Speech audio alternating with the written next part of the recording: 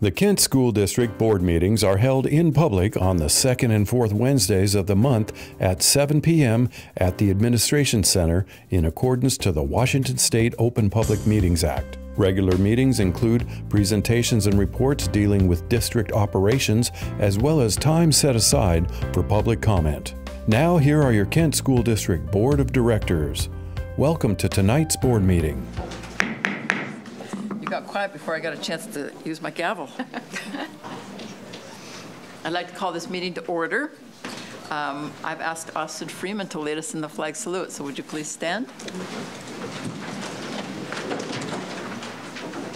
Allegiance to the flag of the United States of America and to the republic for which it stands, one nation, under God, indivisible, with liberty and justice for all. Thank you.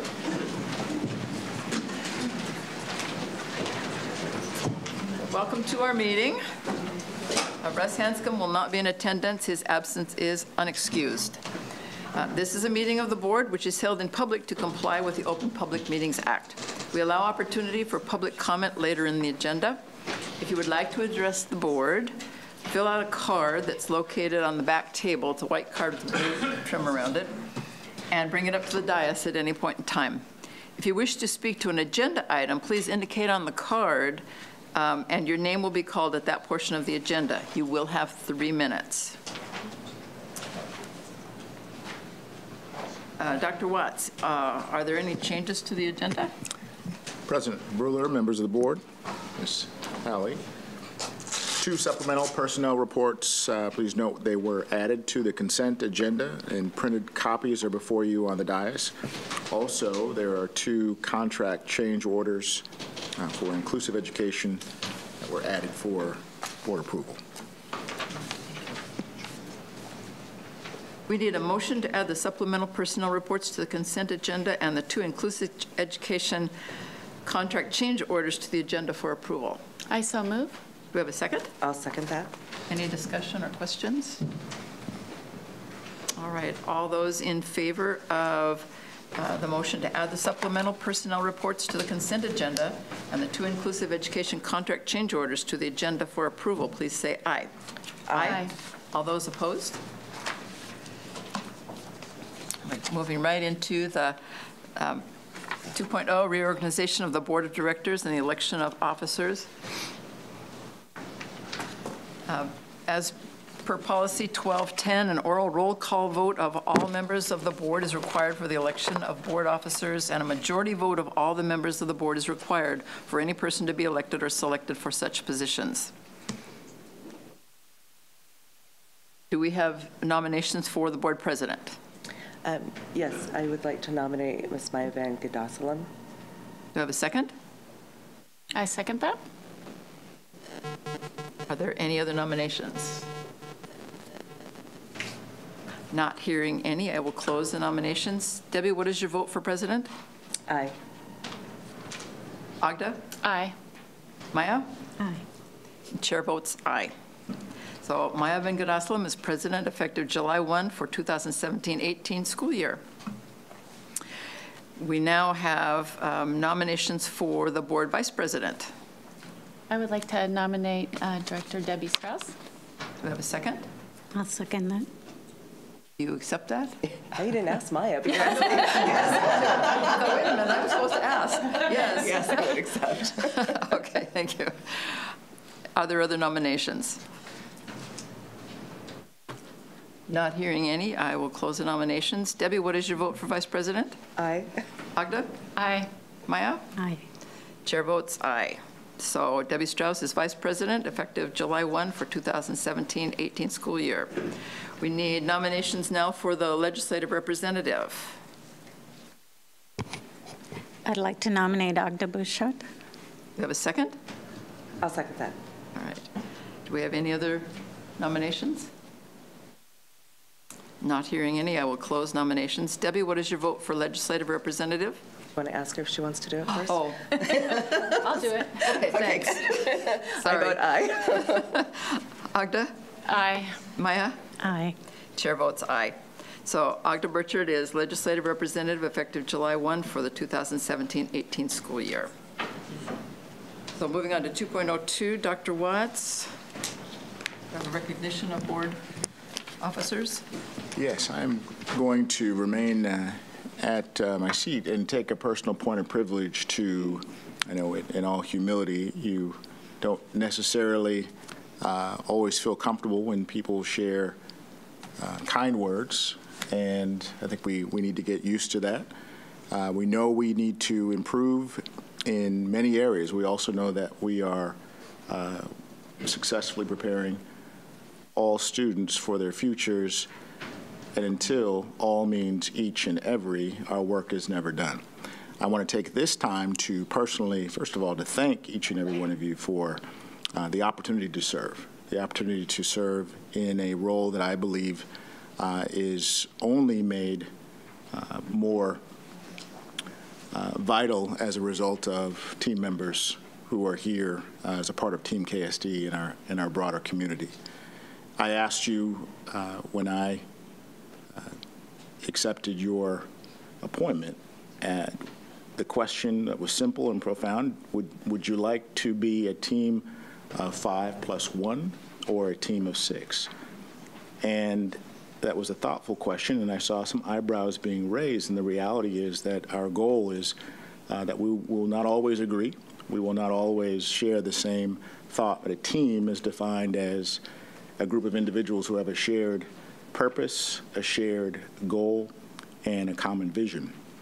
We've established that, and we're working towards that, and I want to take, again, this time to recognize each and every one of you as individuals. I appreciate you first as individuals, and second, close second, as the leaders that you have been elected and charged to support our communities. So that said, I look forward to another fruitful year of growing, leading, learning alongside each and every one of you. I want to thank you for your service. Please help me thank our school board directors. Thank you.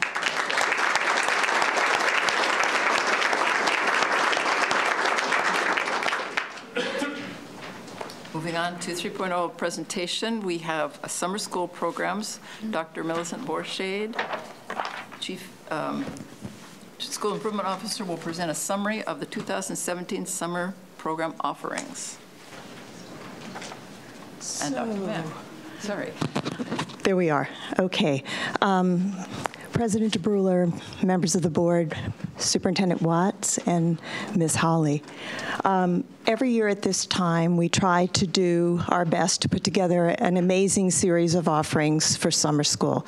This year is no exception. Millicent Borshade, Dr. Borshade, has been working on this for months, and it's her pleasure to explain to you the full complement of offerings that we have come up with, the rationale for it, and of course, our desire to avoid summer slide. So, Millicent. Thank you, Dr. Mitchell. President DeBruler, members of the board, Dr. Watts, and Ms. Howley, thank you so much for this opportunity to present the summer program offerings. I'd like to start by saying, when I started a couple of years ago as the Assistant Director for Family and Community Engagement, I was gifted this opportunity to work with the summer school programs and oversee all of that. And I'm extremely excited about the growth of the summer school program offerings.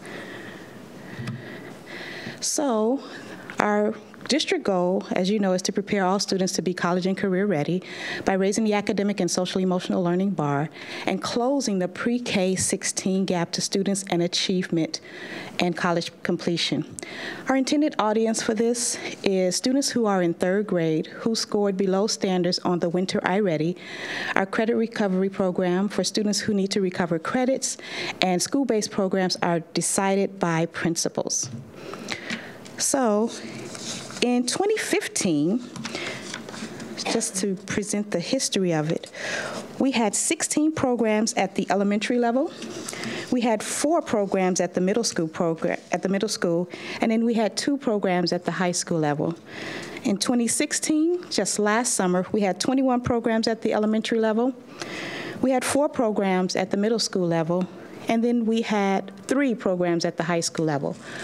Well, as you can see, this year, all 28 elementary schools will be offering a summer school learning through our Discovery Zone. We have the 21st Century programs, which would take place at Scenic Hill, Kent Elementary, and Daniel. And then we have our library programs throughout the district. And then we have reading and math programs that our elementary schools will be offering as well. Our secondary program, as you can see, we have a lot of offering, and I'm extremely excited in working with the principals and the SIOs as they continue to encourage the principals to offer a lot of things for our students. So we have drill camp, we have the exploratory summer fun camps, we have sport camps, and our students are going to be doing a lot of things as it relates to summer learning. We have the high school credit recovery, we have 9th grade summer bridge, and then we have the global awareness program for summer refugee students. Just to recap, our elementary programs, our students were selected based on the winter iReady scores, and so we have a specific program designed for them. All of our teachers that will be working with them will receive a binder. So the morning part is going to be the reading, and in the afternoon part is going to be science with the Camp Invention, who will be coming, and we'll be doing professional development on tomorrow from 8 to 5:30. So you can see we're serious about preventing the summer slide. Then we have our summer lunch program, and we will have the summer lunch program at over 30 schools, and the summer lunch program will also be going to the various apartments throughout Kent, and students will be encouraged to come to the summer lunch programs there. And our intended outcomes is to increase literacy skills, prepare students for kindergarten, increase math knowledge and application skills, increase knowledge on skills development for robotics and computer programming, increase language development, and ultimately increase our students' confidence. Are there any questions? Oh, I have a question about the food program. So what resources are, because I'm assuming that's just for lunch, and maybe I'm wrong, so you could correct me. And then I'm wondering, what about our students who get the backpacks with food during the school year to take home on the weekend or the evenings, and what resources are available for them during the summer? So in the summer, the schools will be open. They have been designated as sites so that students can come and get both breakfast and lunch. Okay. Mm-hmm. So I had a question on some of the programs that are listed here. Some say lunch and transportation. Some don't speak to transportation at all. So can you give me a high-level overview of how and what was determined as far as in regards to transportation for students? So it was based on the request at the school level. Some schools are within walking distance, so no transportation will be provided. And depending on the hours of the program, then lunch may or may not be provided. Some programs are 90 minutes, and so lunch may not be provided. It may be a snack. I had one other question. Do we know approximately how many students will be participating at this point yet? At the elementary, for the Discovery Zone, we have approximately 180 students signed up, but we're still taking permission slips. At the high school level, we have approximately 500 students signed up for credit recovery. And then the other programs, I can get you that information later. Great, thank you. Mm-hmm. Would you be able to just describe briefly the Discovery Zone reading program? What that entails? Sure. In the morning, what we have done is taken a look at what the iReady information has provided, the data, as well as Smarter Balance. And we have aligned the program based on what it says the gaps are for our students. And so in the morning time, they'll be working on iReady lessons. They'll be working on writing based on the feedback that we've received from iReady and the Smarter Balance assessment. And then the afternoon, they'll have lunch. And from there, they will go into the Camp Invention. And there are 4 different modules for Camp Invention. Have a blast, make a million, duct tape, and then Operation Blast Off. Thank you. Magda? I was noticing that some of the lunch programs that there's going to be people there reading to the students. I think that's great. You know, that Federal Way has developed a mobile bus with books, and they go to the lunch program, and the kids can check out the books, and then they can bring them back the next time. And I mean, that may be something where we eventually get into that point, but I think it's really great that there are people who are going to be reading to the kids. Thanks for the concept. We will definitely look into that. I don't know if I have any other. Yeah, is it all the students who weren't at grade level who were invited or given permission slips, and then the ones that got the 180 elementary kids who are actually signing up? So the students who were below standard were the students that were invited. So they were below standard during the winter, and then after they've taken the Smarter Balance assessment, we saw that there was no improvement, and so we invited those students. So they would have been at the level 1. At level 1? Yes. Okay. Okay. Good. All right. Any other questions? Thank you. All right. Thank you, Dr. Watershade. Thank you. I'm excited for this robust program. It's very exciting. Thank you. 3.02, we have Learning Improvement Team Annual Report. Dr. Mac Mitchell, Chief Academic Officer, and Principal Susie Contos and Shannon Nash are both here. Yes, they are.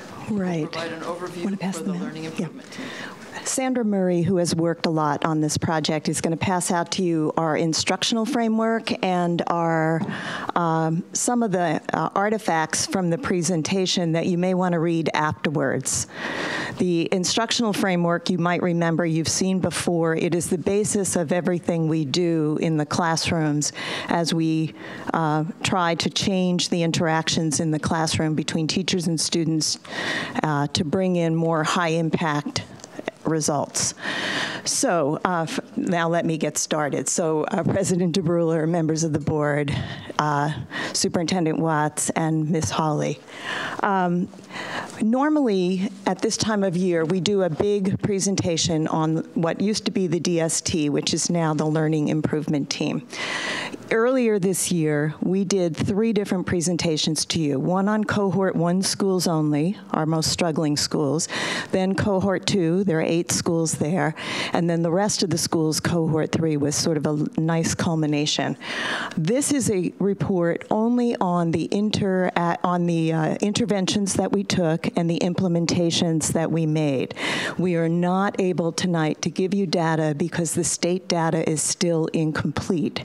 We have looked at it, we have shadowy ideas about what it says, but we are going to defer the data to a presentation that Dr. Harmon will do later August or September because of the fact that it is incomplete. So tonight, normally I also have the SIOs with me who are extremely instrumental in this work, but because we're shortening this, I decided to focus just on voices from the field. So we have 2 principals who will be speaking, Principal Susie Contos and Principal Shannon Nash. And also, I have some teacher voices because if we do anything with instruction, it has to involve the support and the capacity building of teachers.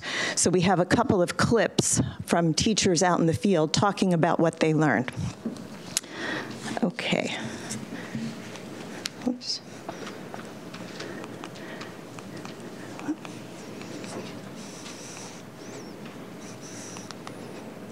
Oh, there it is. Okay. So when we started this work last year, we said that we were going to change schools from the inside out. We were going to go straight to the heart of the school where teachers teach and students learn and make some changes in the interactions that those kids have on a daily basis. And we took this quote as our inspiration. What if instead of pushing reforms from the top down, we worked from the inside out? That is, what if we started putting student engagement, motivation, and true problem-solving abilities at the heart of everything we do? we took this seriously, and every time somebody proposed something that we spend money on or that we train people on, we said, is it going to change those interactions in the classroom? Is it going to make students happier, more robust learners? Is it going to make teachers' capacity to reach those kids better? Is it going to differentiate better? And that was our screen. And so it led us to some very interesting work. So this is a quick summary. If you look across the top, in the blue boxes are the activities that we sponsored, that we talked about in the first 3 presentations of the year. So the first one was quality reviews. That's a 3-day visit with the criteria from the instructional framework guiding all of our questions. We meet with teachers, students, parents. We observe at least 20 different classrooms. We have a self-assessment with principals. I'll let the principals tell you more about it, but that is the most potent, in-depth piece of work that we do with our 6 schools in Cohort 1. Then Cohort 1 and Cohort 2 schools, 6 of them out of 6 and 8 of them out of 8 in Cohort 2 got weekly SIO coaching from their school improvement officer, visiting their school, coaching the principal, and coaching the various members of the instructional team, like some of the coaches got coached, and there are EIS people and interventionists and a whole series of folks. Then there's targeted instructional support done by people out of teaching and learning. That would be our program specialists, our coordinators, people who have strong content knowledge and who offer all kinds of training in reading and math in particular, also science. Then school-based instructional rounds. This was a big piece that we started this year. We realized that if we were going to start from the inside out, we had to start with student learning first. And we had to really observe it differently and give teachers the freedom to understand how to work with student learning in a variety of capacities. They did that, and I'm going to have that explained by our 2 principals here, so I'm not going to take it from them. But I would say that probably what surprised us most about the work was that when we entered these schools, teachers had their doors closed. They said they didn't like getting judged. They didn't like other people coming in and observing them too much. They weren't sure what people's agendas were. They were very suspicious. When we introduced this and showed them that we're not going to focus on you so much, we're going to focus on student learners and what they're doing, how they're behaving. I'm going to give you feedback about the kids. They relaxed, and you're going to hear their voices. You're going to hear the teacher voices and what they had to say about it. Then we did targeted ELL support. We had teams of people go in and do studio modeling of L lessons because many teachers told us that they're befuddled by the numbers of kids and the types of kids that they have to address. So they were unsure of what are the best ELL strategies that we could use. And so these teams went in to model, and we got great feedback on those. And then we brought the instructional coaches in. We trained them heavily every month in a whole variety of strategies that would cut through and allow them to work with different teachers in different ways, because every teacher needs something different, it seems, just like students. Then we had our ELA studios activated. You can see the numbers of schools that we did there. The studios, the math studios and the ELA studios were most popular with the principals, and before we could get to the end of the year and we ran out of money, the principals dug into their own budgets to pay for more.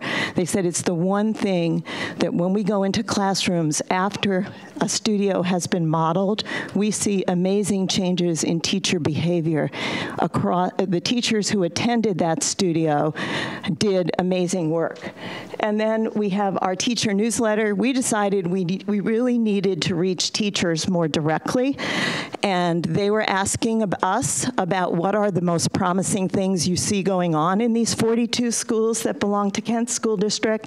And so Sandra Murray took the lead on that, and if you've seen the teacher newsletter called Connections in Practice, it has big focal points from real lessons and real things that teachers are doing, and a lot of video clips, and so it's sort of interactive.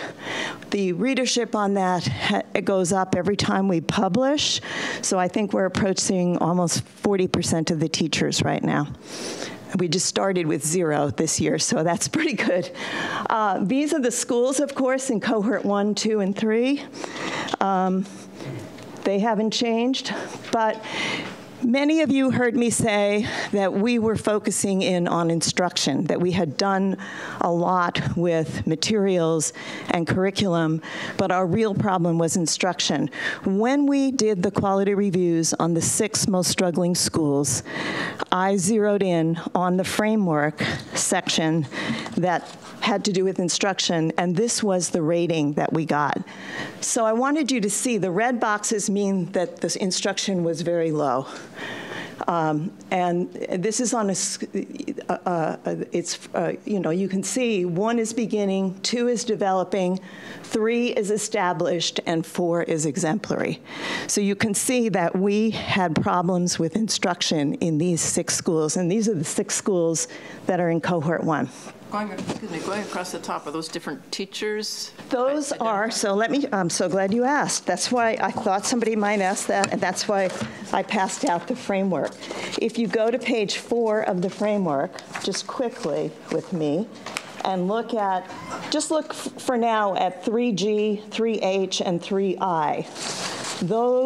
So 3G, the criteria was to plan, group, and organize students purposefully so they get frequent opportunities to collaborate, discuss problems, and learn from each other. Very low. That was amongst our lowest. So that's an interactive issue, not happening as much as we'd like to see it happen. Too many worksheets, not enough interaction. The next one was encouraging students to assess their own work through exemplars, rubrics, and grade expectations. As a result, they know what they need to do to achieve at a higher level. When you ask kids, do you know your next steps? Do you know what you need to do? And they can't answer that, that's poor instruction. And then 3I, share the outcomes of formative assessments with students, and through their feedback, enable them to see ambitious but achievable learning goals. Formative assessments, weak across the board. So, and there were other, as you can see in the framework, they were rated on all of these areas, but instruction was the most difficult one for them to come to grips with, and it had the scores that alarmed us the most. And unfortunately, it was the diagnosis that we thought we had to make at the beginning of the year. Dr. Mitchell, one more thing. Yes. The rating is the rating from the teachers themselves or from the external team that asked all the questions, observed in 20 different classrooms. Okay, per school. Yes. Okay. Visited the PLC, did a self-assessment with the principal. I mean, it's a very intense process. Yeah. I'd love for any of you, next time we do it, to come along, because it's really amazing. Okay, so it's with great pleasure. The people who stuck with us and actually decided that some of this had some worth for their schools was Principal Susie Contos, and she'll be followed by Shannon Nash. And I just wanted them to make some comments to you. Good evening. So I was asked to speak a little bit about this whole process as we went through from October to May, beginning of June. We started with class measures with our quality review, and I'm going to echo, what Dr. Mitchell said, that there was some skepticism from our staff.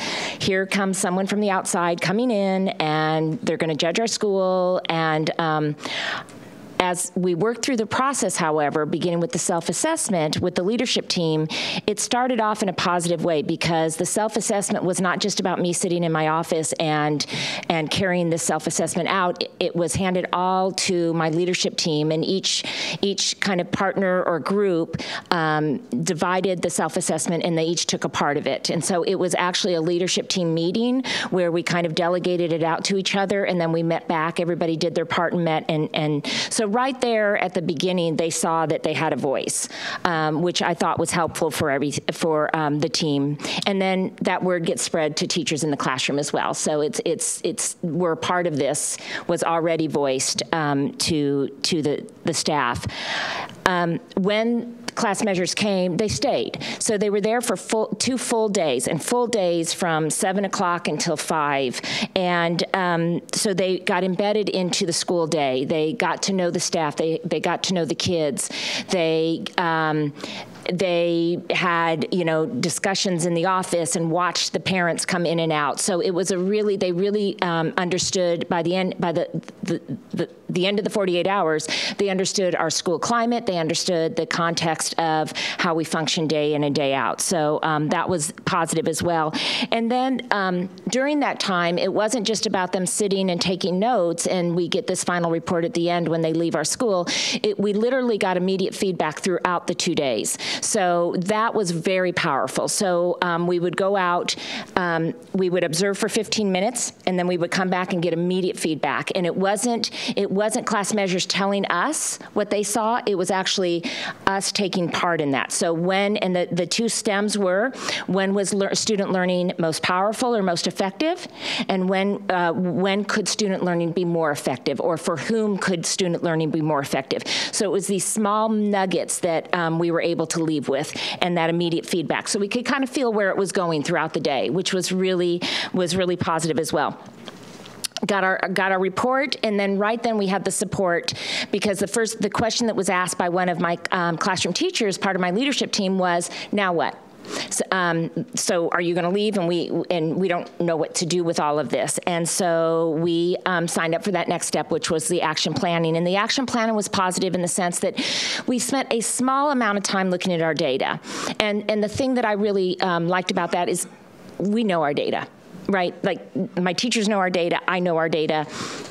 What do we need to do about our data was what we needed to spend the majority of our time discussing, and that's what we were able to discuss. So we left at the end of the day of action planning with an actual action plan that could be put into a school improvement plan, and that gave us next steps. And they were nuggets again. So it wasn't, we weren't expected to do everything. We were expected to, what are our quick wins that we could combat and go after now, and then what are some of the long-term things that we could wait and we could look at for next year.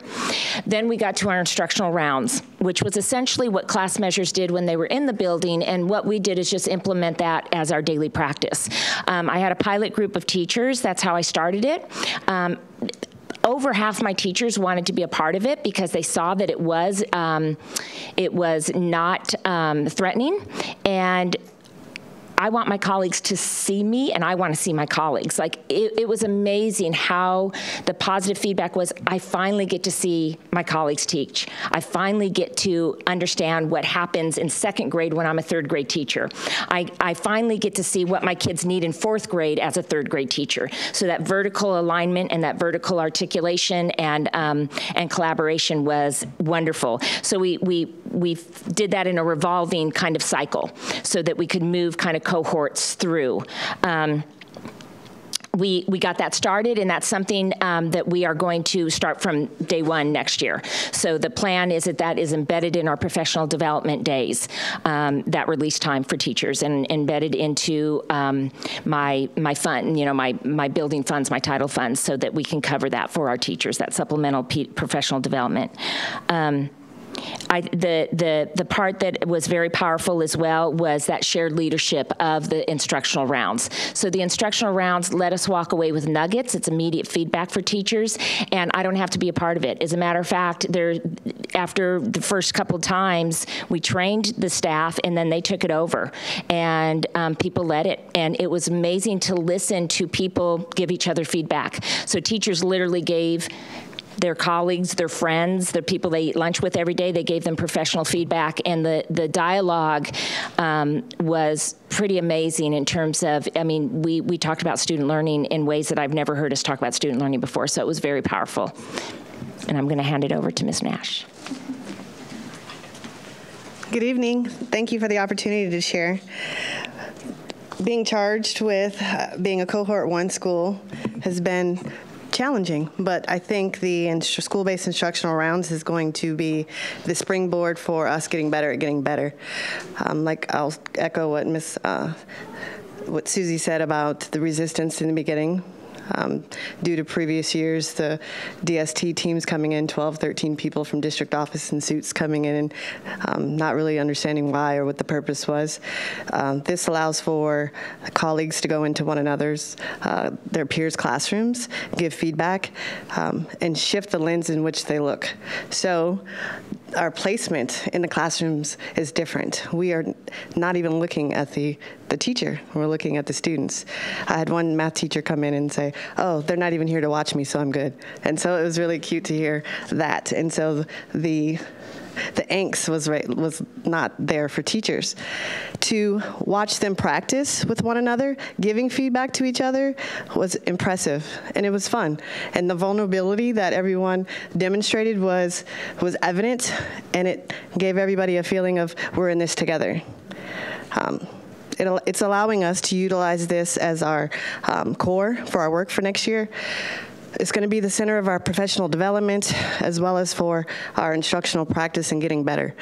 Our instructional coach next year was able to participate. We had 3 opportunities to meet with class measures. They came in November, the 2nd and 3rd. I wasn't there because my father had passed away, but I was on the phone during the visits on speaker, and got to hear the conversations with the feedback. Everybody was receptive. The feedback was specific. Like Susie said, it was very attainable, gave us little nuggets to work on. We also had the opportunity to meet here at district office in December when class measures came back and met with myself and the leadership team for a whole day, as well as my SIO, and we had some hard conversations about what the data was telling us and what were going to be our next steps. Also, how do we look at the structure that we have in place, and are they aligning to what we say we want to do? If we want to demonstrate equitable practice and meet the needs of all of our learners, are we really doing that? And if so, how do we get better, and how do we really get better at doing that? And then how do we take things away that aren't being beneficial to our students? So that in December was a hard day. I mean, we had to go back, regroup, shake ourselves off, and ask ourselves, what do we do next? We had the opportunity to have class measures come back in February, and that was a 2-day experience that was, once again, hard conversations, great questions, reflection for our staff to use that time to go back and look and say, okay, what do we do now? How do we share this with everybody in our team? How do we meet the students where they are? What are the characteristics that we want students to have when they leave us going to high school? And so that's where we are currently. We've had a couple of opportunities to practice, and like I said, that was really neat to watch. I left the room on the last day because there's the angst of administration being in there. In the instructional rounds, I reassured my staff that myself or my assistant principal will not be part of the process. This is for them, and this is by them. And I think that's where the buy-in is going to come into place. And also, I can't say enough how powerful changing the placement of where their colleagues are in the classroom is pretty significant. We're not even watching the teacher. So I think that's it. I had the opportunity again in June to send for class measures to come out. Hopefully, we'll have a couple of more opportunities for them to come back at the beginning of and the middle of next year to continue our work and to do an assessment of where we are, and then look at where we are as far as our action plan for the 3 years. So thank you for the opportunity to share. I am an advocate for school-based instructional rounds. Okay. So they do it for the teachers, we do it for them, the principals. This is, I think you'll remember that we talked about expert teams, and we said we have a number of areas where teachers were expressing they wanted more high-impact strategies, they wanted research, they wanted things that created the so the camera can capture your voice. Sorry. My teacher voice is failing, sorry. So the teachers said they wanted more high-impact strategies in particular areas, and we identified these four: ELL, IE students, STEM, which is relatively new for a lot of teachers, and college and career readiness at the secondary level. So our task was to divide up into teams, to invite the experts from all over the district who knew something best about that area, and to work hard all year to produce a menu and we did that by May, and we presented it to the full leadership, the Learning Improvement team. And they got feedback, and they're making changes now. They are positioning it to be on SharePoint by September.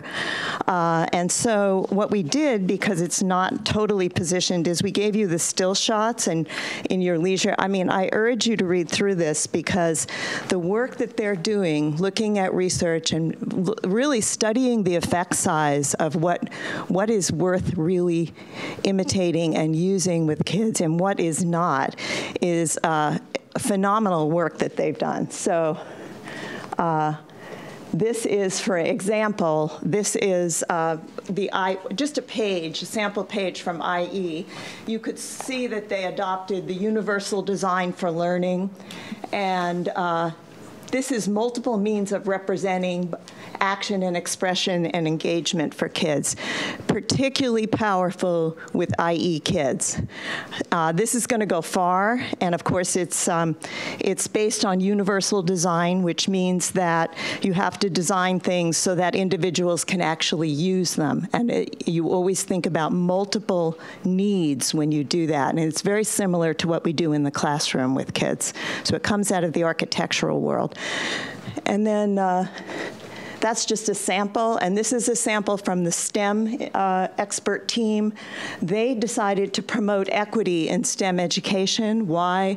Because there's a good chance that kids who are not performing well or who don't have access to better opportunities end up not getting enough STEM. So we're reversing that and making this applicable to them. And we're talking about how diversity makes us smarter. So our partner for this work is the University of Washington. I'm only showing you two samples. There are other fabulous examples. And then there's one piece that's missing here. Where are the teacher voices? Did I miss them? Thank you. If anybody can miss it, I can. So I can take questions and then end with the teacher voices if you want. The teacher voices are mainly talking about school-based instructional rounds. There it is. I must have skipped that. Okay, go ahead. Go ahead. Here it comes. This is our theme song. It's getting better. Since you've been mine, we used to be angry young men, be hiding the head in the sand. School-based instructional rounds have helped me as a teacher in a couple of different ways. First of all, it's amazing to get to go to other teachers' classrooms and observe what's happening. So every time I've gotten to go to another teacher's classroom, even though it's maybe 10 minutes, I'm able to walk away with, oh, I could do that, or I could tweak that, and it doesn't matter if it's my grade level or not. I went to a first grade classroom and was like, oh my gosh, I can do that in my room for fifth graders. And then when they talk to you, or talked to me anyway, about what I could do or what could have made learning stronger, there's a lot of trust in the group that came in here with my classroom, and I was able to eventually walk away from that with just, we call it a small nugget, just one little immediate change. It's getting better. It's getting better. I used to be a classroom teacher, and when I was a classroom teacher, I never had the opportunity to go into any other classrooms. And the instructional rounds are fabulous in that they allow the classroom teachers to have that experience. It's non-evaluative, so they can really work collaboratively with each other on it. And it's a really rich experience. Another thing I've noticed is that it helps build the community among the teachers in the school because they come and visit and see teachers that they normally wouldn't have. And so you just learn about the curriculum this way and that way. It's getting better. It's getting better. With funding from professional development, I was able to train several teachers on the instructional round process. These teachers were able to visit other classrooms and implement what they saw in their own rooms. The teachers we saw also were able to have reflective thoughts about their own practice. Our teachers have requested that we continue the instructional rounds process for next year, and we're excited to see what it can do for our school. It's getting better. It's getting better. I was fortunate to participate in school-based instructional rounds 2 times now. I found them incredibly powerful. Being able to go into other teachers' rooms to not only speak with the students about what and how they're learning, but to see fellow teachers, the strategies they implement in their classrooms, filled me with so many great ideas that I was able to bring back to my class to empower my students, to drive student achievement. I know that here at Meadow Ridge, we have seen an increase in trust, communication between our staff. Everybody is incredibly excited about school-based instructional rounds. People have been clamoring for it. We're going to do it more and more next year. The overwhelming feedback's been incredibly positive, both being observed and being an observer. The conversations have been really powerful, and I can't speak highly enough about it. I'm new to it, but I thoroughly enjoy it and recommend that anybody who has the opportunity should do it right away. Don't wait. You can get ideas and start today or tomorrow with your kids. It's a very powerful tool, and I'm really thankful to be a part of it. It's getting better. It's getting better. So school-based instructional rounds have been such a positive experience for us at Sunrise. I think one of the major components is that they're a framework for us that's built around research and with a positive mindset. So when we're going into the classrooms, we're really focused and able to drill down on the instruction that's powerful and most effective, and we can really look at that and think about how to spread that to all of our students. I think another key component is that when we go in, we're really looking at it through the student lens. So we're focused on the students and their learning and what's best for them, and really, again, thinking about how to bring that best learning to everyone. It's getting better. It's getting better. Yes, sure. So one of the things that we were talking about and wanted to include mid-year is student voice and having students be part of this process as well. So I just wanted to share. I thought that was pretty cool, and Meeker thought of that. Yeah. I'm just kidding. So we got all these voices, principal, teacher, student. But you can see from the slide that I think what happened here is we had the breakthrough in the instructional interactions in the classroom from the inside out that we are looking for. It's not over. We don't have every building yet. But every building that we go to that we think is going to reject it ends up loving it. So we haven't had anybody pull back on it. The focus on student learning continues. The support of teacher collaboration continues right into the PLCs, which is a natural place for them to go with this work, and then building stronger and stronger feedback loops, and that's what the expert teams are going to do when they look at effect size and different things that really make a difference. So, are there any other questions that I could answer or that our principals could answer? Doctor, go ahead. Well, first I wanted to say thank you very much for coming back to us after we learned about this so we can see the results of it. It's really exciting to see, and I appreciate hearing from the principals and the teacher's voice. And I was curious, Ms. Nash, about the student voice and how you've incorporated that or your plan for incorporating student voice. So this year, We invited students to every staff meeting, professional development opportunity that we had, so we'll continue that next year. And then we're also going to incorporate students into our training for school-based instructional rounds and have them be part of the process to also give feedback to teachers and learn the language of what we're doing, and then also asking for feedback on the process itself. As the customer, how do they feel that they're benefiting from this process? Thank you. So I had a question, Dr. Mitchell, on, I guess 2 questions. One would be, I know on slide, I think it's 3, where it said the quality review and the matrix that you showed for instruction. When do you actually go back and, this one? The next one. Oh. I guess it's 4. Oh, the instruction one, yes, So that one. When do you actually go back and review that to say, okay, was there progress made? Well, this is tied to the SIP plan, so we evaluate the results at the end of the year. That data just is there in a preliminary state right now, but they will use that to create and refresh the action plan that they wrote for the next year. And we hope to get quality reviews refreshed, and we hope to get SIOs trained in doing quality reviews so that we can become even more internal than we are now. So. And my second question is, can you talk a little bit about the funding for next year? Right. So in the reason, 4 of these schools are focus schools, and their grants pay for it. Out of my budget, I purchased Springbrook and Pine Tree because they both had similar characteristics to the other 4, and I felt they should be dealt with in a similar set of strategies. It was about per school about $7,500. We believe we'll have that much money. This is high priority for us. It's tied to our instructional framework. And actually, I have had principals in cohort 2 come to me and say, if we pay for it out of building money, can we get a quality review? I've also had a request from a high school to do it. And so there's nothing that's impossible if it's a high priority in a low budget time. What's impossible is when everybody wants to do everything and they don't really own it. So I think what we're trying to do is get people to own it. Just like the studios, when we ran out of money this year, principals reached into their pockets to pay.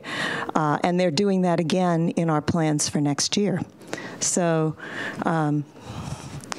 it's sometimes having to be a little frugal causes you to prioritize in ways that develop ownership and get people really focused on the right things. And I hope this is one of those eras. Thank you. I appreciate the principals coming tonight and also the voice of the teachers. Okay. As well, so thank you. Thank you. I'm sorry we went over on time here.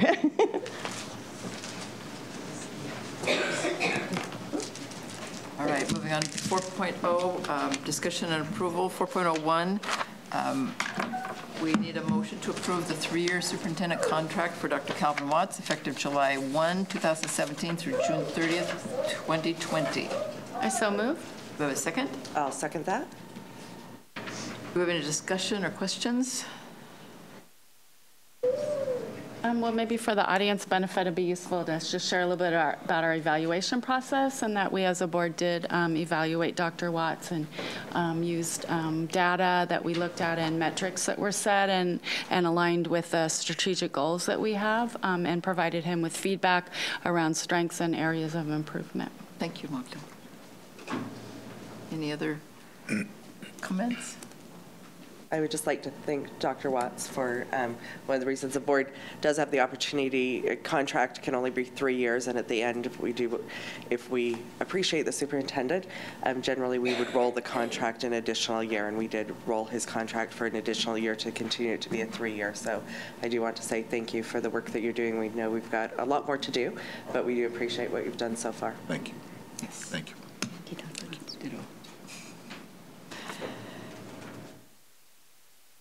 All right. All those in favor of approving the motion to approve the 3-year superintendent contract for Dr. Watts, effective July 1, 2017 through June 30th, 2020, please say aye. Aye. All those opposed? All right. 4.02, inclusive education contract change order number 2 for professional therapy. We need a motion to approve change order number 2 in the amount of $10,000 for professional therapy service contract. I so move. Do we have a second? I'll second that. Do we have any questions or discussion? No. All right. All those in favor of the motion to approve change order number 2 in the amount of $10,000 for professional therapy service contract, please say aye. Aye. All those opposed? Moving on to 4.03, inclusive education contract change order number 2 for Hopeful Hands. We need a motion to approve change order number 2 in the amount of $70,000 for Hopeful Hands contract. I so move. Do we have a second? I'll second that. Any discussion or questions? All those in favor of the motion to approve change order number 2 in the amount of $70,000 for Hopeful Hands contract, please say aye. Aye. All those opposed? All right, moving on to the consent agenda. Does anybody want to pull anything from the consent agenda?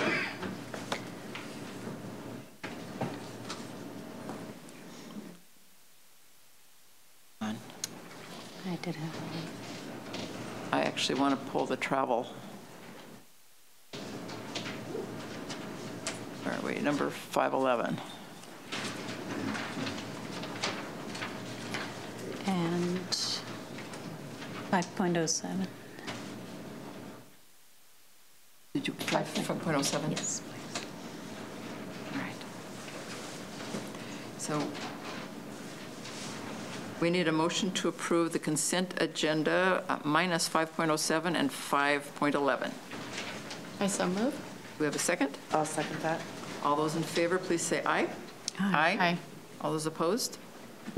Maya, you want to go first with 5.07? Yes, I wanted to ask why there's such a variance from several of the bids for the paint project for Cedar Heights. If Mr. Newman, if you know why we are going from a $41,000 to a $149,000, what is being offered?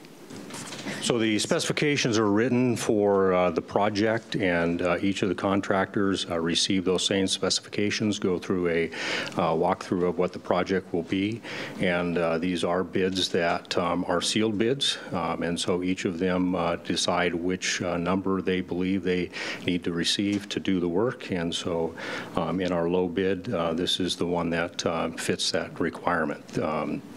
The climate right now is that there's a lot of work, and so some of our contractors have higher numbers, and so I would say the one that's at the top of that scale probably has a lot of work and said if I can get it for this number, I would be happy to do the work. For those that are in that other range, you can see they're a lot more competitive in those numbers, and that I think is the realistic number of where it needs to be at.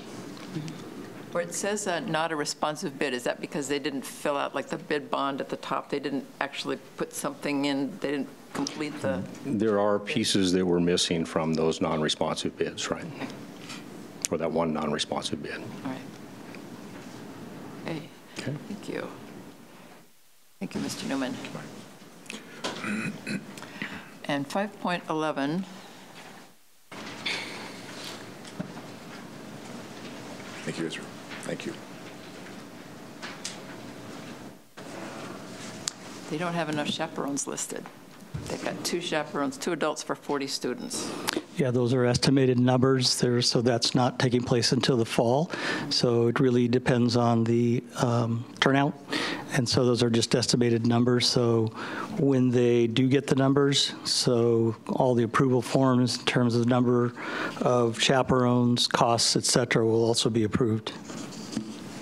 Okay, approved by whom? Us? Yes, by my department, yep, facilities and activities. Okay. So I'm always watching for chaperones. Absolutely. That's one of the check marks that we always look for in terms of liability and other pieces. And Mr. Valen knows certainly that we're still making sure that there will be a 1 to 10 at the very minimum staff to student ratio, and so what we'll need to do is, we may not necessarily need to bring this back to the board. However, we'd make sure that the requisite forms would be updated as we've done in the past. And there's a, just between the 3 high schools that are going to Seaside, the student responsibility for pay varies quite a bit. Yeah, that's all determined again by how much Booster Cubs play, how much ASB costs are, costs of hotels and those types of things. Again, all estimates and how they will be raising that money. Okay, estimates, all right. Okay, thank you. You bet. All right, so although, let's see, we need a motion to approve 5.07 and 5.11. I so move. Do we have a second? I'll second that. All those in favor of approving 5.07 and 5.11, please say aye. Aye. All those opposed? All right, we have 6.0, the May 2017 financial statement. Anybody have any questions about that?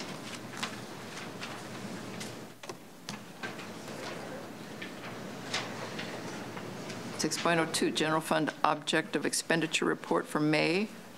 Any questions? Okay.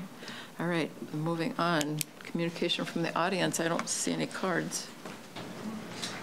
Do we have some cards? Bring them up. Bring them up.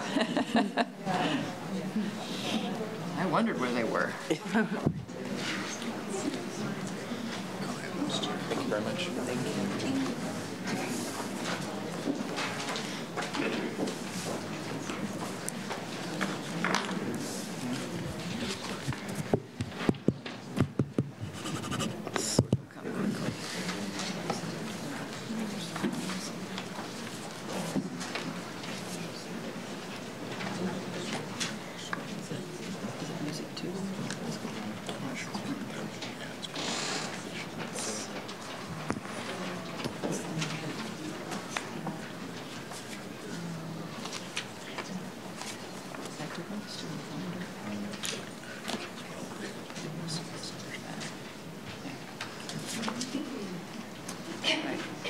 So just again, when your name is called, I'll call 2 names. The first name, just come right up to the podium over here.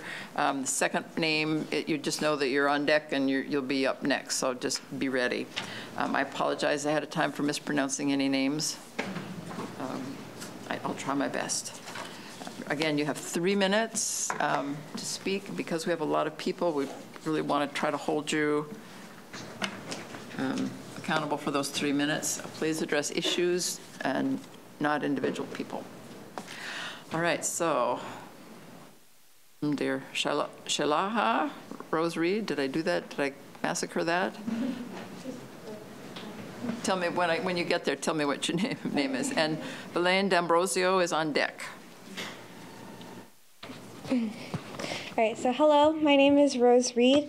I'm a recent KSD graduate and a lifelong music student. Many of you must have recently seen the KM band and choir perform at our graduation ceremony. That degree of musicianship would definitely not have been possible, however, without the Mill Creek and the middle school level band and choir programs. As you may be aware, Mill Creek is cutting choir and condensing 7th and 8th grade band for this next year, which is like putting algebra and geometry together. While they're both math, there's not the same class. These music classes were vital to me as a student, and cutting our classes in the middle of a transitioning year and transitioning teacher will devastate not just the Mill Creek program, but the Kent Meridian music program as well. In math, you need algebra for calculus, and in music, you need middle school band and choir for high school band and choir orchestra as well. There's no doubt about it. By cutting music classes at Mill Creek, you're cutting off the ability to have music at the high school level. There's proof of this in our own district as well. At Kent Lake High School, the choir program has been cut as well, because at their middle school level, Cedar Heights, choir has been cut. And we do not want this to happen anywhere else in the district, or even there. Because removing these classes separates the high schools from the good schools in Auburn, Federal Way, Renton, especially Bellevue and Seattle. So please do not let this happen. It's taking us back from our mission statement. Our job is to provide students with equal access to programs, and that includes music, as well as to prepare them for their future. But what if their future is music? In wake of switching teachers at Mill Creek, we still have at least 20 students already signed up for choir next year, and that's after the difficult and sort of confusing process of registration that took place earlier this year. And it's before the fall registration when the final numbers are out. Instead of asking why music numbers appear to be low in the Kent School District, we need to ask why the Kent School District has permitted to produce such low numbers and why we haven't addressed this issue a bit sooner and let these numbers fall. Is it really worth losing access to the same classes neighboring districts have? We have a flourishing program at Kent Meridian High School and at Mill Creek in terms of music. It's been a pleasure to see it grow these past 4 years, and I wouldn't want to see that stop. As evidence of this, I'll present to you a petition of over 1,000 signatures and letters from community members, and that was all collected within just a 2-week period. These community members, we all urge you to reinstate the music classes at Mill Creek and to support the music students, especially in this time of transition. Our request is not unprecedented, and we feel it's more than reasonable to ask for equity for these students, for the district, for the staff, and for the community. Thank you.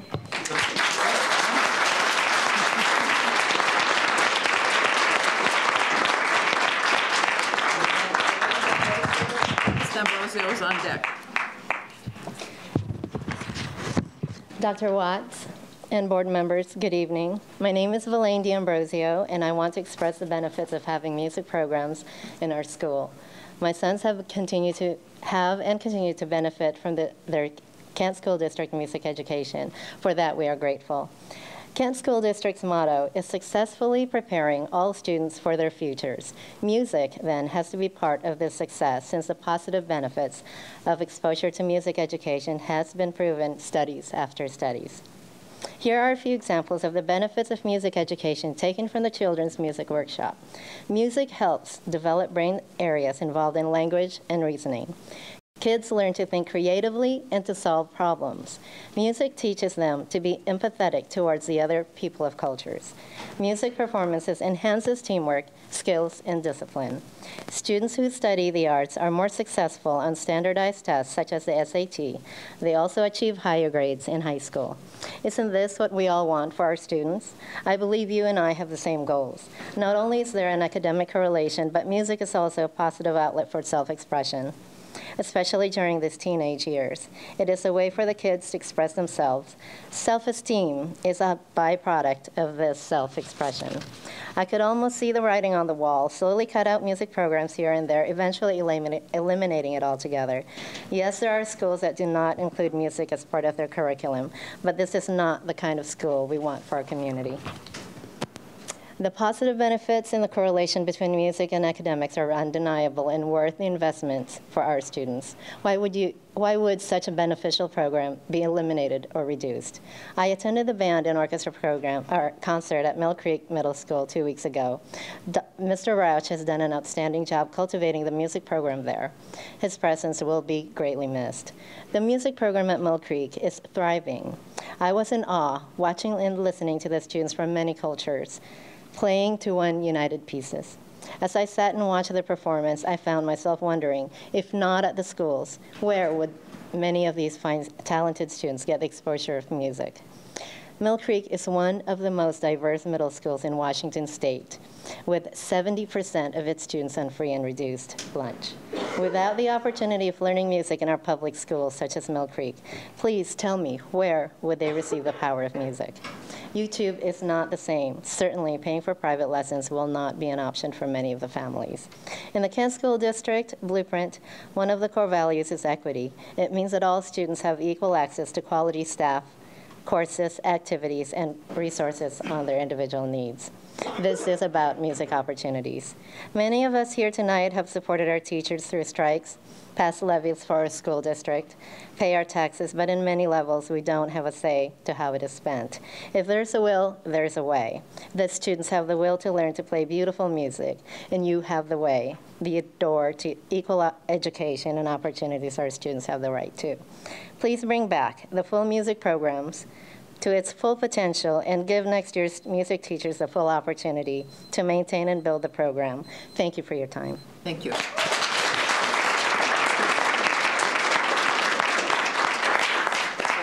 Dennis, and on deck, Angela Ades, or Aids, and Mary Lamb. Good evening, Dr. Watts and board. I just want to share a few thoughts about the Kent School District music program at all levels. I think our middle school is vitally important, and the topic of tonight's subject matter. It provides a social outlook for many of the kids who may not be sports inclined or athletically inclined. So denying them that is cutting out a vital part of their life in any of these areas. It serves as a mentoring platform, challenging our kids. It challenges them to be creative. It encourages them to practice and to be individually proficient.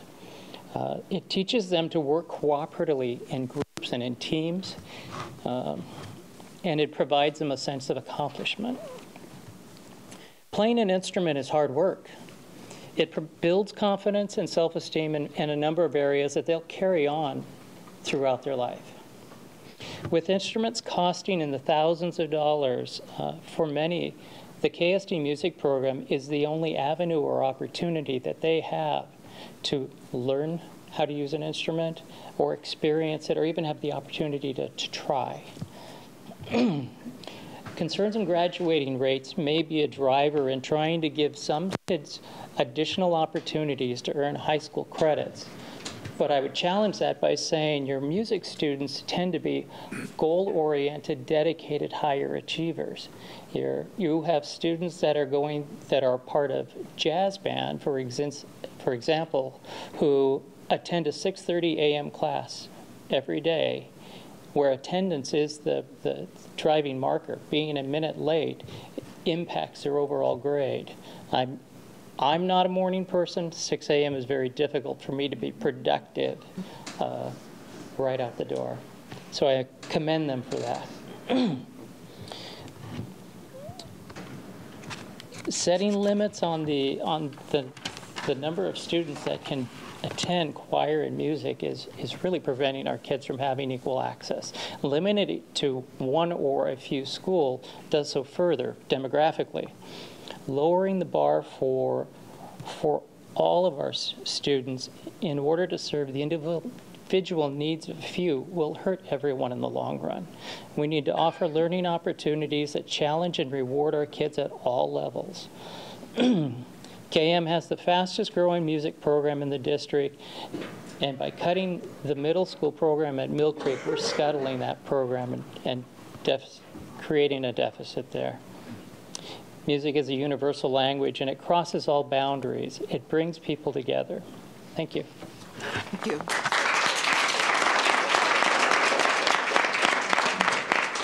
Angela and Mary, and then Stacy Daniels is on deck. Hi, I'm Mary Lamb, and this is Angela Addies. This letter is on behalf of several parents and Kent community members to advocate for the return of the Cedar Heights choral music program, as well as the maintenance of the Kent Lake High School choir. Instead of providing our opinion or thoughts on this matter, we would like to provide you with the list of facts as we understand them. It is essential that vocal instruction return and remain strong in the Kent Lake Strand to help provide all-encompassing education to all students. First, Cedar Heights will begin the 2017-18 school year as the 4th year without vocal instruction. This was discontinued in 2014 after Anna McLeod left the position. Since then, there has been no choir offered during school hours, and the principal has cited not enough kids have signed up. The class of 2019 lost music in their 5th grade year due to budget cuts. the same class had choir cut in 2014 at Cedar Heights, and this same group of students will not have access to choir at Kent Lake beginning in the fall of 2017. No choir at Cedar Heights and Kent Lake means that students cannot participate in WMEA all-state competitions, choirs, or solo ensemble.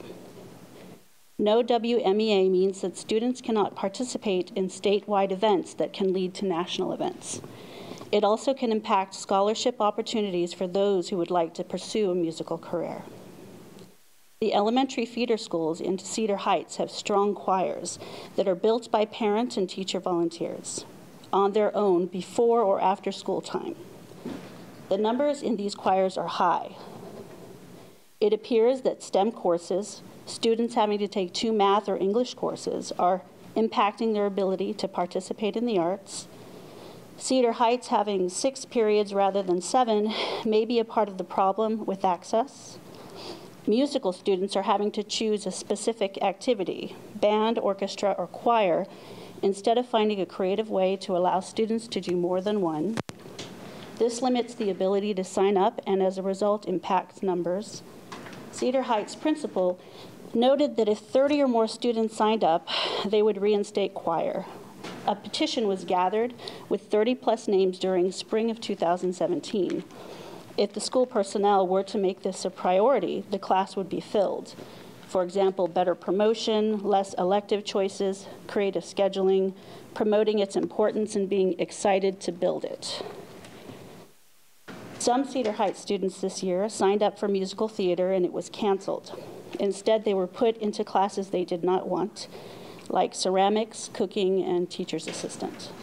The school district has made significant cuts all around except for a modest increase in athletics and security. Other neighboring middle and high schools, including Kentwood and Tahoma, have large, actively involved, significantly talented groups of students performing at all levels, earning state rewards and Fifth Avenue accomplishments. Tahoma students went to Broadway as a result of their accomplishments in drama and vocal participation via the Fifth Ave. At least 2 of our Kent Lake students earned all-state choir participation this year and can no longer compete given Kent Lake's plans to cut choir. The only possibility to continue is to transfer schools. Choir requires no instrument rental fee to participate, and vocal music is such a strong focus in many cultures. Can you wrap it up, please? Not having choir is detrimental to the goal that KSD strives to provide education to all students. Excuse me, would you get in 3 or just 3? Well, you're on 1 card. Okay. So, and I'll just end with a statement by a retired music teacher at KSD. KSD is depriving kids of viable career choice opportunities and a proven pathway to mental health and happiness. When choir is not offered or singers are turned away because the class has been capped by FTE limitations, they are not able to participate in all-state choir or regional and state competitions. They will never have the chance to discover their talents. Cedar Heights Junior High and all of the Kent School District had strong reputations across the Northwest for their fine choral and instrumental groups from 1988 to 2005. Many former students are now professional singers, choral directors with advanced degrees, music teachers, and avocational singers. This is a lifetime activity with little overhead. With a dynamic teacher supported by administrators, a strong choral program truly strengthens the whole school and helps keep otherwise unmotivated singers engaged. Would you leave that fact sheet? Would you leave that fact sheet with us, please? Yes. Thank you. Just bring it up here if you would. Thanks.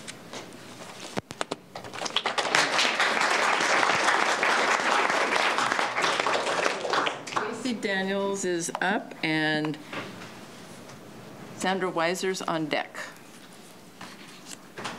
Good evening. So I'm speaking in regards to the Mill Creek Choir, the removal of the choice. I'm going to bring you more of a personal story, personal aspect. I'm a mother of 2 children who, one who recently graduated Kent Meridian, one who entered Kent Meridian this year. I do think that music is an important choice in school to a child's development, and and it creates a long-lasting impact on our community. Both my kids were born premature at 28 weeks and 32 weeks. Both my kids' first exposure to music was in the neonatal intensive care unit, where they played classical music for brain development. My kids were enrolled in preschool. It was a private academic preschool. Part of the curriculum was choir. Both kids learned social skills from this component of their curriculum and leadership skills to stand in front of an audience and perform. In elementary, both my children signed up for choir in 2nd grade and participated through 6th grade. This was an extracurricular activity. They stayed after school to participate in this program. By 5th grade, my oldest had joined band, and by 6th grade, my youngest had joined band. 6th grade was a choice because 5th grade band was not offered at the time that he was in, when he entered that grade, due to a budget cut by the Kent School District. When it came to elective selection for Mill Creek, both boys selected band because it was truly their love at that point in time. However, both of them had selected choir as their second elective choice. Just like with my kids, I think it's important to keep this as a choice. This choice forces, or it doesn't force, it engages kids in the school activities, and it's a program that's critical to community events that represent the school. For instance, there are often performances with choir and band for open houses, for school fundraisers, or assemblies during the day. I do also think that it's an important social group activity that carries kids through childhood into adulthood. From my own personal experience, I have witnessed this proof with the school alignment and the school impact. I am a graduate of Kent Meridian, and within my group, there is a close-knit group of kids from the choir program that hold our reunions and probably represent the closest social group there. So without this choice, I just don't think that you would have the social impact and the social impact or the development. And those kids came together at Kent Junior High, which is now Mill Creek. Thank you.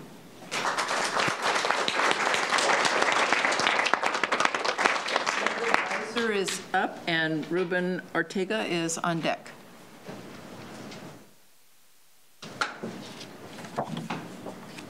Dr. Watts, members of the board. I would like to, I have some questions about the student calendar for next year, some concerns. I was looking at, I was curious to see if it had been brought up at any of the other school board meetings. And I was looking back at all the agendas, and the only time it was ever mentioned was on April 26th, and that was to say that it had been passed.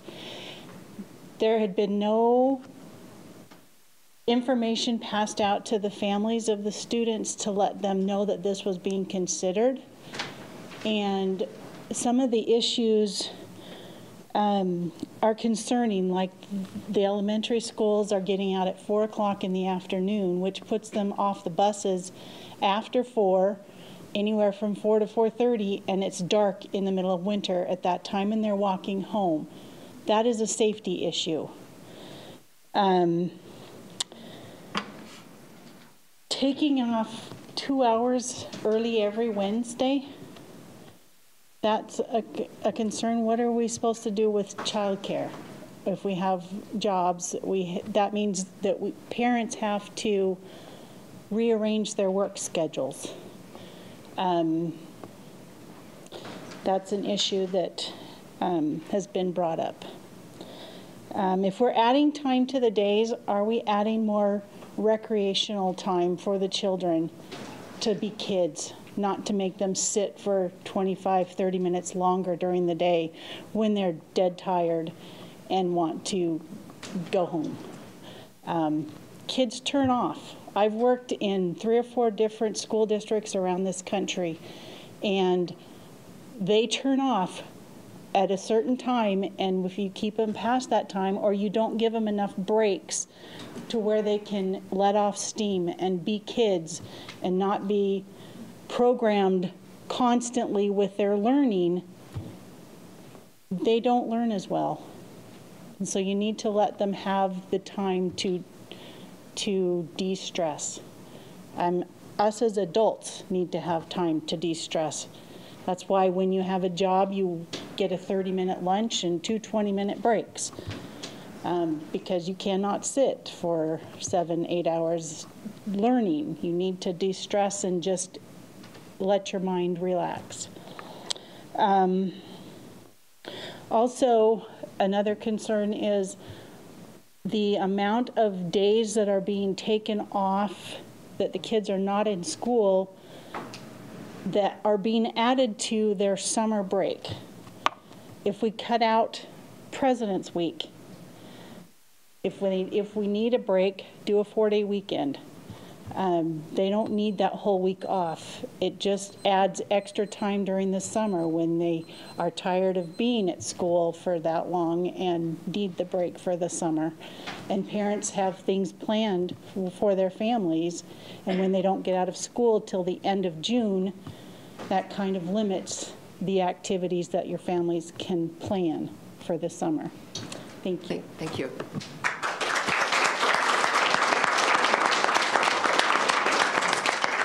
Ortega is up, and Heather Perkes, I think, is on deck. Perks, yeah. Perks, sorry. Thank you. Good evening, school board. So my name is Ruben Ortega, and I'm a father of 4 kids attending Meridian Elementary School. And I wanted to, we've heard a lot tonight about the cutting of the music program, and one individual talking about the change in the school calendaring. And I think both of these kind of have a consistent principle that we're trying to surround around. We're all concerned about our kids, and we're concerned about their learning. And I think that's why we're all here. Frankly, I'm fairly disappointed that the change in the school calendar has occurred without involvement in parents' input and community understanding. It feels like it's been driven but for other reasons. I grew up son of a high school dropout and a migrant farm worker.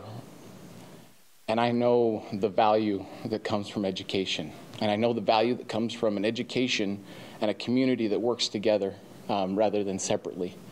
And to be frank, it feels separate. When we talk about these changes, no consideration or lack of consideration was given to these parents. We provide breakfast and we provide lunch.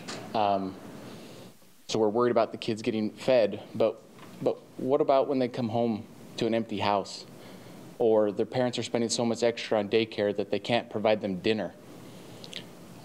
It seems like our principles are misaligned when we try to take the school schedule and wrap it around what teachers would like. And when I say that in quotes because I know a lot of good teachers. I know a lot of people that give tons of hours, and teachers spend tons of time. But this wasn't driven by teachers as much as it was driven by contractual obligations and negotiations across the table. The consequences of missing extracurricular activities or them not having break pale in comparison to the detriment it will have on the families and the homes and the stress that it puts on these families. I would implore you, school board, to do what's in your power to put a pause on this change. Give us some time to work together as a community and to find the right solution that not only works to provide the teachers time to prep, but also allows us to not have to create a rift that can't be minded. I'll leave it with that. Thank you.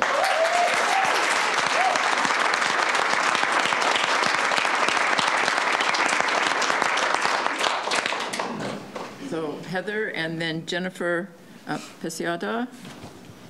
I hope I pronounced that right. Hi, I'm Heather Perks. I have 4 kids that attend the Kent School District. 2 will be at Matson and 2 at Meridian Elementary. As a parent who spends over 20 hours a week in a school volunteering in classrooms, teaching art, PTSA, or whatever my school might need, I find it disheartening and discouraging that I, as a giving community member, was not given an opportunity to give my input and what I see in the schools every day and what I feel as a parent when this new schedule was created. My kids will be getting off the bus at 4:15 every day from our home, which greatly impacts our home life. Dinner around the table at families is important. There's study after study showing that. If we're rushing in the door, getting homework done, trying to rush through dinner, trying to get through extracurriculars, it negatively impacts our families. I'm most disturbed that the youngest of our district students are impacted the most by this schedule. 30 extra minutes for my 2 elementary students is not okay with me. My 2nd grader comes home exhausted at the end of the day already. I will have a 5-year-old attending kindergarten next year, and she finished the preschool program. I fear for what she will be like when she comes home at the end of a day and how much learning will really be accomplished after 3 o'clock or 3:30. I worry for her wonderful kindergarten teacher that she'll have next year. As for a Wednesday release in the middle of the week, I'd like you to consider that every parenting book and child development book that I have read, which is quite a few, says that children thrive in structure and routine. Throwing a break in the middle of the day disturbs that structure and disturbs that routine for the kids. I'd like you to consider holding off, having community input. I love our teachers and our schools dearly, and that's evident by me giving of my time and, quite frankly, my finances to the schools as well. I would like my input to be heard. Thank you.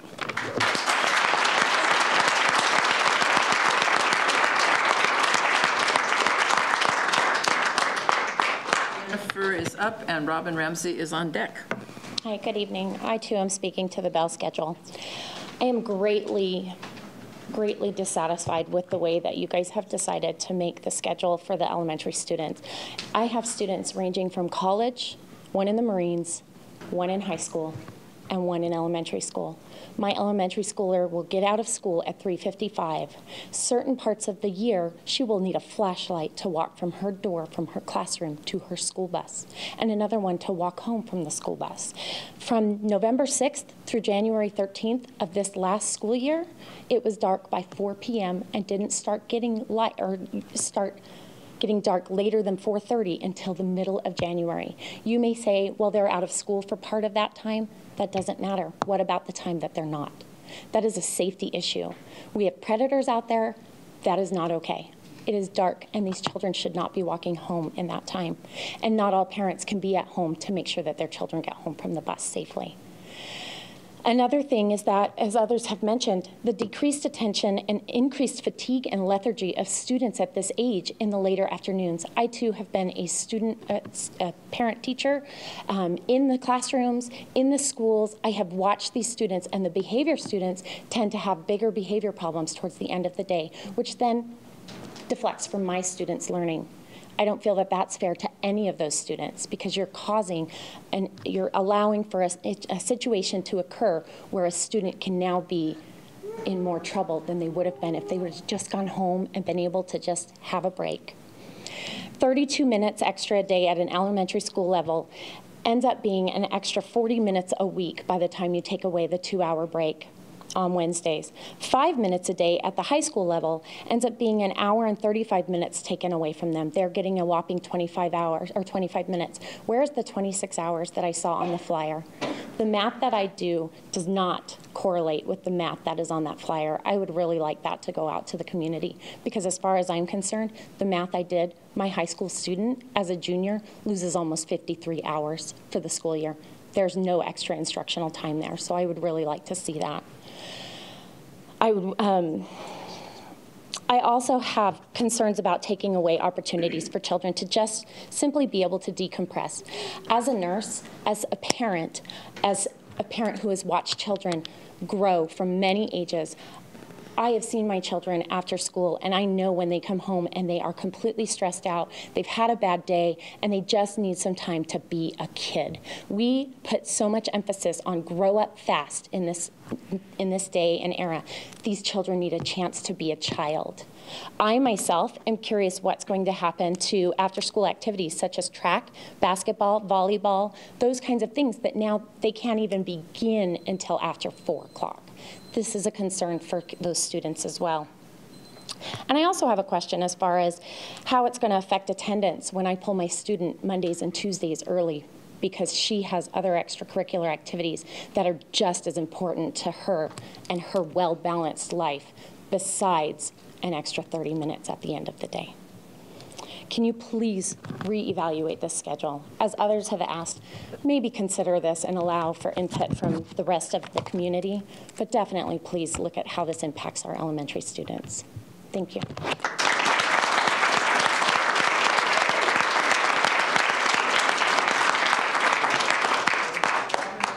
And Austin Freeman is on deck.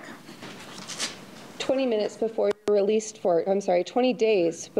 released for summer break, the Learning First change was presented. This decision was made in a vacuum, void of public opinion from affected stakeholders such as parents, teachers, and students, the ones who you are ultimately responsible to. Other districts are going 60, 90, and 120-minute release times. Why have we chosen the longest release time? Is longer better?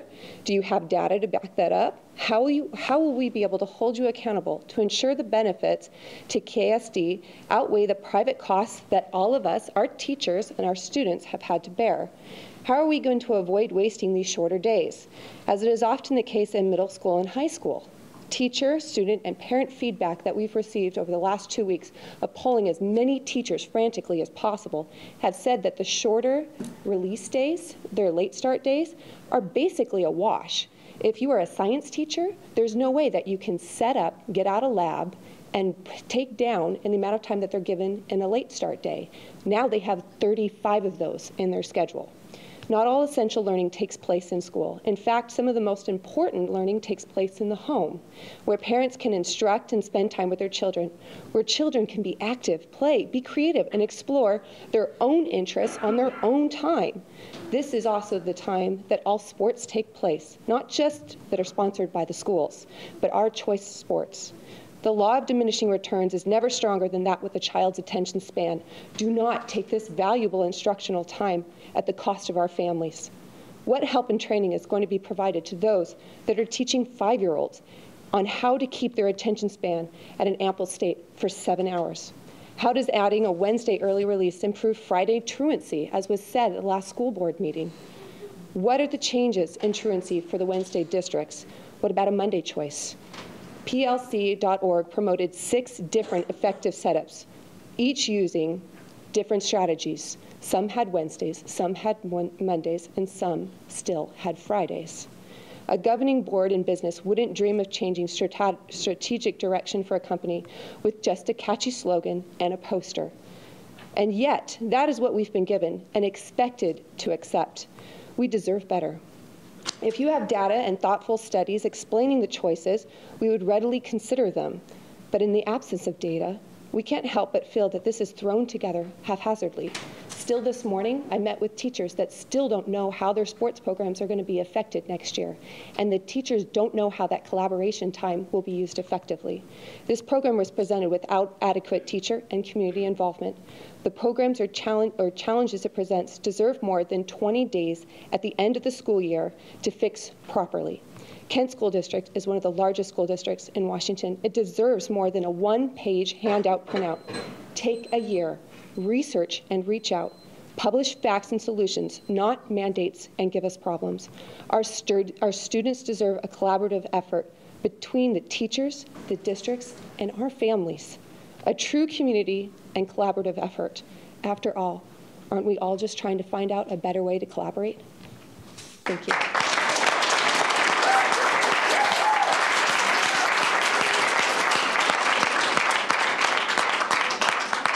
Ray Lee, you're on deck.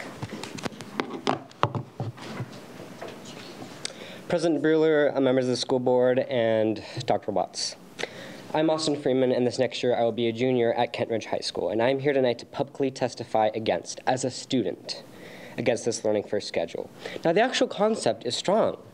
Students are now provided with consistently with 2 meals every day. Then the schedules have standardized schedules among all those different schools in the district, and there's consistent early releases on every single day. And the early grade levels, elementary school, gain more time for other activities. But everything has its pros and cons.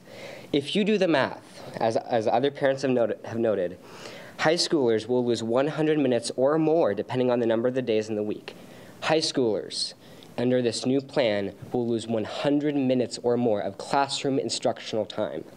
And for me, that is not okay. One of the most important things that I've seen that the school district cares about is graduation and graduation rates and school credits. What about those students who need to boost their grade from an F to a C? And in the last 2 weeks of the school, with that extra 200 minutes, they could boost their grade, and they could actually pass that class and no longer be on track to fail that class. The thing that really bugs me was that the way this method, or this whole schedule, was communicated and delivered. And for me, it was communicated in a method that was ineffective, somewhat unaccountable, but very, very suddenly. There was no previous warnings. There was no previous announcement at earlier board meetings that this is something that the school district is considering. When I asked my teachers, they said that this was the first time that they had heard about it. This seems rather forced on the community rather than having community feedback. I have met with directors Agda and Maya, and something they really love to stress is how they want to increase two-way and countable communication. And I feel that one way you could do this is actually just put this off for another year. Reach out to the community, receive feedback, communicate, and understand what are the important concerns we have. The other thing that really surprises me is how currently the school district is looking for partners in community organizations and faith organizations for childcare. Shouldn't the district have already had a list of childcare options before they something I've learned as I communicate is there's a chain of command. First there's teachers, then you go up, and then you go to Dr. Watts before you go to the school board. So specifically, Dr. Watts, you and your cabinet, from what I have learned, have been the ones that have developed this rather than the school board. So please, I beg you, for the 8,000 and more high school students that are going to lose 100 minutes of classroom time, change this schedule and delay it at least until the next year. Thank you.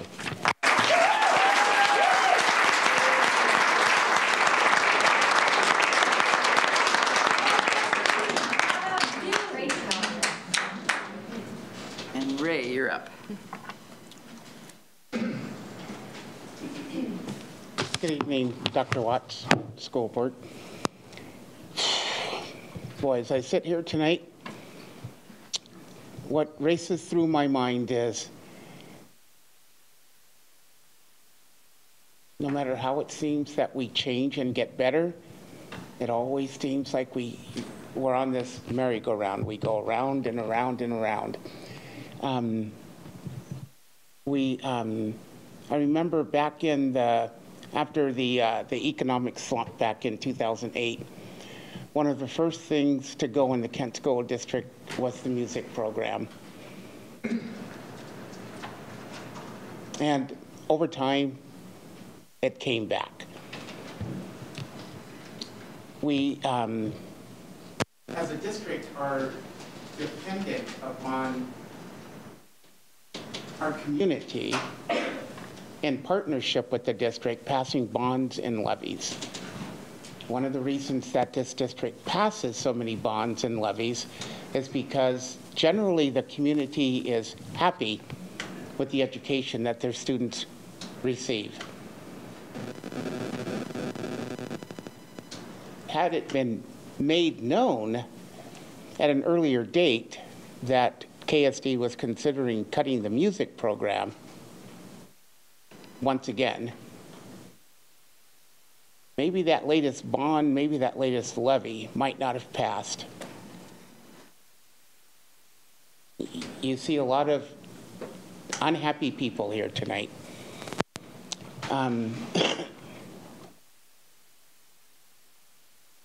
when it comes to the changing of the school calendar, again, you know, I've sat here in this room since 2002, longer than probably most of you in this room as a parent. And one of the things that brought me to this room was the mentality of it's us versus them, or it's them versus us. And I couldn't even begin to tell you the number of times that we've engaged in that conversation and ended the conversation believing that we've moved past that. We're now working together as partners. We've had this mission statement now of successfully preparing, and Dr. Watts said this at the beginning of the board meeting, all, and all means ALL. And so when I think about the students who will be negatively affected by this music program, the cut to the music program, I instantly thought of two young students that graduated from Kent, I believe back in 2003, 2004. If you have your pens handy, you can write down the name Tess, T-E-S-S, Henley, H-E-N-L-E-Y, and go onto Google and I'm sorry, YouTube, and search on her name. One of the things you'll see is her on Jimmy Kimmel. This was maybe a couple of years ago, one night, singing and playing her instrument on the Jimmy Kimmel show. And her brother is just as famous as she is out in the musical world. They come from a very musically talented family. And part of that love for music they learned here in the KSD, in the Kent School District. How you can even consider taking that away from students when we talk about successfully preparing all, not some, but all, is wrong. And so I'd like to associate myself with the comments made by a lot of these parents here tonight. When it comes to the music program, the changing of the, and then back to the calendar, and I realize I'm jumping around here, but again, how the district and the KEA negotiating teams could go in behind closed doors, make this decision that hugely impacts families and not offer them any input. Just come out and go, this is the way it is, and that's it, right? You've heard parents here tonight who have asked politely to hold off on implementing and allow time for voices to be heard and maybe a different outcome to be achieved. The Kent School District, in my mind, is a data-driven district. We don't make decisions unless we can find data to back it up. Show them the data. Show me the data that says that this new early release schedule is beneficial not to staff, but to students and their families. And maybe we'd be in agreement with you, maybe not. But until I see the data, I'm like a lot of these parents out here wondering, who is this benefiting? Doesn't seem like from these parents that you're benefiting these families and probably many other families who, unlike these families, probably will not realize the change that's taken place until the first day of school next year. You think this room is full now? Wait until September. It'll be real interesting. Thank you. Thank you.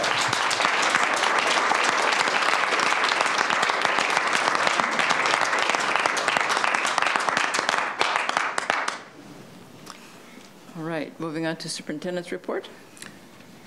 I will keep it brief. It was mentioned earlier that our one of our measures of success is graduation, and it is a ceremony. It is an opportunity for our students to walk across the stage, both physically and symbolically, to their next milestone. For them and for their families, they've experienced a tremendous milestone, and yet it is not the end. It is just the beginning for that next goal. I had the opportunity, and I do appreciate the opportunity to stand and shake the hands of 1,659 students who are qualified to be ready.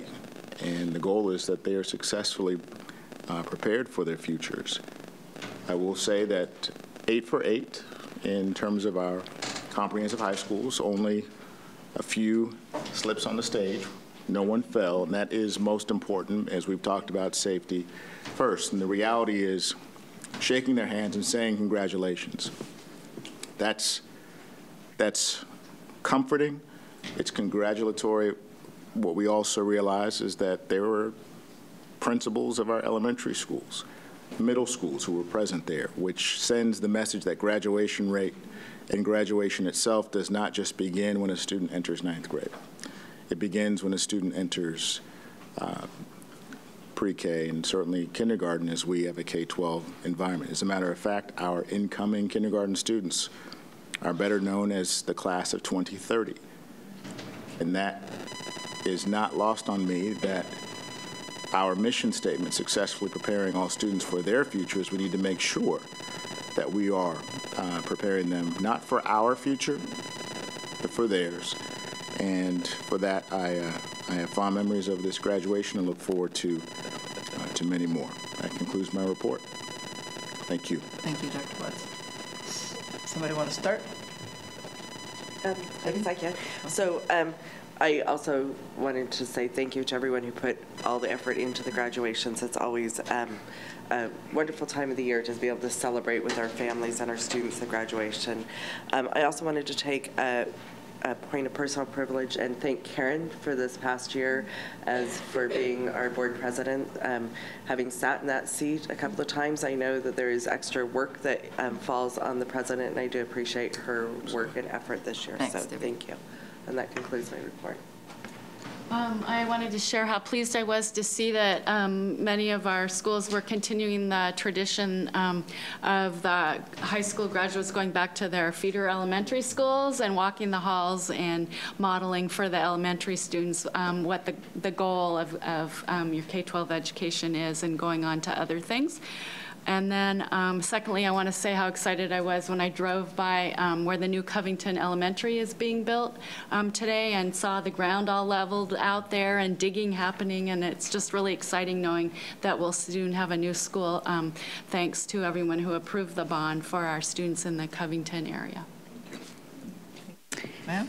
Yes. I also want to thank everyone who coordinated the graduations. And one thing that was really notable was, I don't want to say coincidentally because I plan to bring it up, but the music during those programs were phenomenal. And it's such a great pride of joy that we have in the district. I was a band parent, and I know the pride and joy that music brings to not only our district, to our families' lives, and how it impacts our children. So one comment I just wanted to make was that I think we often pit these STEM initiatives with music, and I just, for myself, I just want to say that music is a huge part of my life, and I feel like it has been in this district, as is, there are all the programs that are going to help our children succeed in the future. So we don't take these decisions lightly, and I just want to say that we are hearing all of you. Thank you, Ma'am. I agree with that. Again, the music at the graduations was terrific. I was a music student from 4th grade to several years into college. I was in the Washington State University marching band. Loved it. Both my sons were in music. I know the value of music. It's not that we don't know the value of music. We've had some suggestions, some wonderful suggestions about how to promote it better so that we get more kids interested in it and signing up for it. And I'm really hoping that we can do that. Loved graduation. Love the shoes on the girls. Some of the boys have great shoes too. The faces of the kids when they come up to you and shake your hand, it's just terrific. Especially the ones who really look you in the eye and just say thank you and shake your hand. Also, I am a mentor to two students in Kent School District. I spent all day Monday and all morning yesterday morning at KPA getting my mentee to finish her classes so she could get her credits. And I was there last week also because she had given up, and she said, and I said, no, you don't get to give up. We're doing this. So she finished her classes, and I think she feels really good about herself for doing that. So also, I have enjoyed serving as president. I will be on the board. I will be in schools because I am retired, so I'll be in schools next year during the day and still really involved. Thank you for being here tonight. Thank you for voicing your concerns. We do hear you. We understand. And with that, I will say the meeting is adjourned.